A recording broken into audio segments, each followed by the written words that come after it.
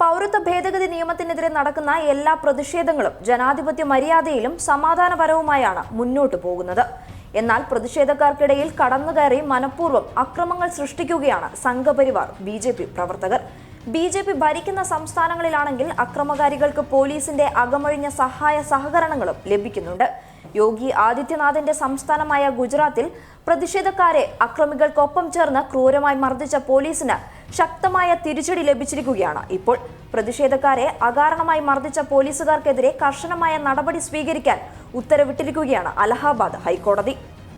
പൗരത്വ ഭേദഗതി നിയമത്തിനെതിരെ പ്രതിഷേധിച്ച അലിഗഡ് മുസ്ലിം യൂണിവേഴ്സിറ്റി വിദ്യാർത്ഥികളെ മർദ്ദിക്കുകയും വാഹനങ്ങൾ തകർക്കുകയും ചെയ്ത സംഭവത്തിലാണ് നടപടിയെടുക്കാൻ അലഹാബാദ് ഹൈക്കോടതി ഉത്തരവിട്ടത്.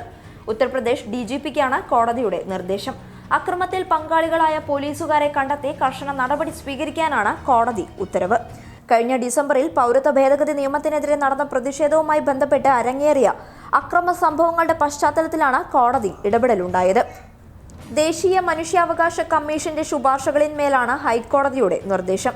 NHRCയുടെ റിപ്പോർട്ടുകൾ കർശനമായി പാലിക്കണമെന്ന് chief justice Govind മാത്തൂറും justice Samit ഗോപാലും സംസ്ഥാന പോലീസ് മേധാവിക്ക് നിർദ്ദേശം നൽകി.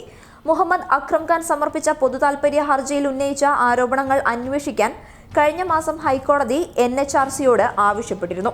അന്വേഷണത്തിന് ശേഷം ചട്ടങ്ങളും വ്യവസ്ഥകളും അനുസരിച്ച് അക്രമങ്ങളുടെ ഭാഗമായ പോലീസുകാർക്കെതിരെ ഉചിതമായ നടപടി സ്വീകരിക്കണമെന്ന് NHRC ശുപാർശ ചെയ്തിരുന്നു. പോലീസ് സേനയെ കൂടുതൽ സംവേദനക്ഷമമാക്കണം. ഇത്തരം സാഹചര്യങ്ങൾ കൈകാര്യം ചെയ്യുന്നതിൽ പ്രൊഫഷണലിസം വളർത്തുന്നതിന് പ്രത്യേക പരിശീലനം നൽകണം എന്നും റിപ്പോർട്ടിൽ പറയുന്നു.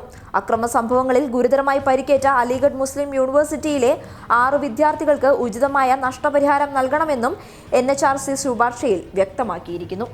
News desk public Kerala.